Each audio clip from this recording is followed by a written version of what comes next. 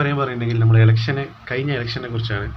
ആ ഇലക്ഷനിൽ വിജയിച്ച രണ്ടുപേരെ കുറിച്ചാണ്. ആ രണ്ടുപേരെ സഹായിച്ച അദൃശ്യമായിട്ടുള്ള ഒരു ശക്തി എന്ന് പറയുമ്പോൾ നന്മ, അതാണ് ഞാൻ ഉദ്ദേശിക്കുന്നത്.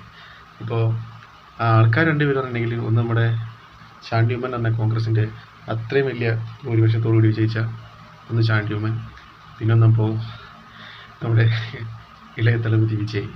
ഇവർ രണ്ടുപേർക്കും ഒരു ബാക്ക് സപ്പോർട്ട് പോലെ അവരുടെ ഇഷ്ടപ്പെട്ട ആൾക്കാർ ചെയ്ത നന്മ അവർക്ക് വോട്ടായി മാറിയിട്ടുണ്ട്. അതിൽ ആദ്യത്തെ ചാണ്ടി ഉമ്മൻ്റെത് തന്നെ രാഷ്ട്രീയക്കാരൻ്റെ അറിയുന്നെങ്കിൽ അത്രയും സപ്പോർട്ട് വന്നിട്ടുണ്ടെങ്കിൽ അദ്ദേഹത്തിൻ്റെ ഫാദർ തന്നെ ആയിട്ടില്ല, നമ്മുടെ മുഖ്യമന്ത്രി കൂടി ആയില്ല, ഉമ്മൻചാണ്ടി സാർ എന്ന ആളാണ്. അദ്ദേഹത്തിനെ കുറിച്ച് രാഷ്ട്രീയത്തിനെ കുറിച്ച് എനിക്ക് അധികം ഒന്നും അറിയില്ല. പക്ഷേ അന്ന് ഈ കേട്ടറിവിലൂടെ മനസ്സിലാക്കിയ ഒരു കാര്യമുണ്ട്. അതിൻ്റെ രാഷ്ട്രീയ കോൺഗ്രസ് ആണെങ്കിലും CPM ആണെങ്കിലും ഏത് പാർട്ടിക്കാരാണെങ്കിലും ഒരു സമയം കഴിഞ്ഞതിന് ശേഷം അദ്ദേഹത്തിനെ കുറിച്ച് നന്മകൾ പറയുന്നത് മാത്രമേ ഞാൻ കേട്ടിട്ടുള്ളൂ.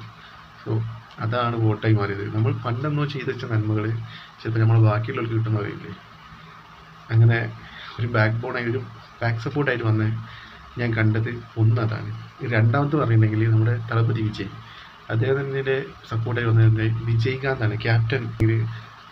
അദ്ദേഹം തന്നെ വീഡിയോയിൽ പറയുന്നുണ്ട്, എനിക്ക് അണ്ണൻ ക്യാപ്റ്റൻ പുരട്சி தலைவர் വിജയ്കാന്ത് അവർക്ക് പറഞ്ഞിട്ട് ഒരു വീഡിയോ ഉണ്ട്. ഞാൻ കണ്ട ശേഷമാണ് എനിക്ക് ഇങ്ങനെ ഒരു കാര്യം പെട്ടെന്ന് കത്തിയത്. അതിന് മുമ്പേ നമ്മൾ ഓർത്തിട്ടുണ്ട്, പക്ഷേ ആ ഒരു വീഡിയോട് കണ്ടപ്പോൾ കൺഫേം ആയി.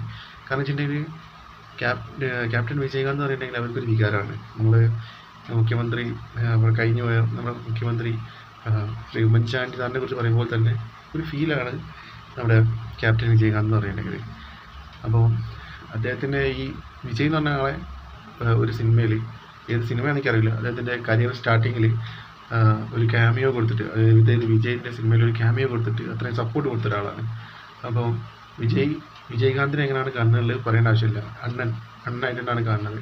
സോ അദ്ദേഹത്തിൻ്റെ ആ ഒരു അദൃശ്യമായിട്ടുള്ളൊരു സപ്പോർട്ട് വിജയ്ക്ക് തീർച്ചയായിട്ടും കിട്ടിയിട്ടുണ്ട്. നമ്മൾ ചെയ്യുന്ന നന്മ ചിലപ്പോൾ നമ്മളെ കടന്നു വരുന്ന കാലത്തിന് എങ്ങനെയാണ് കിട്ടുന്നത് എന്നുള്ളതിൻ്റെ രണ്ട് ഉദാഹരണമാണ് ഞാൻ പറഞ്ഞിരുന്നത്. രാഷ്ട്രീയമല്ല ഒരിക്കലും.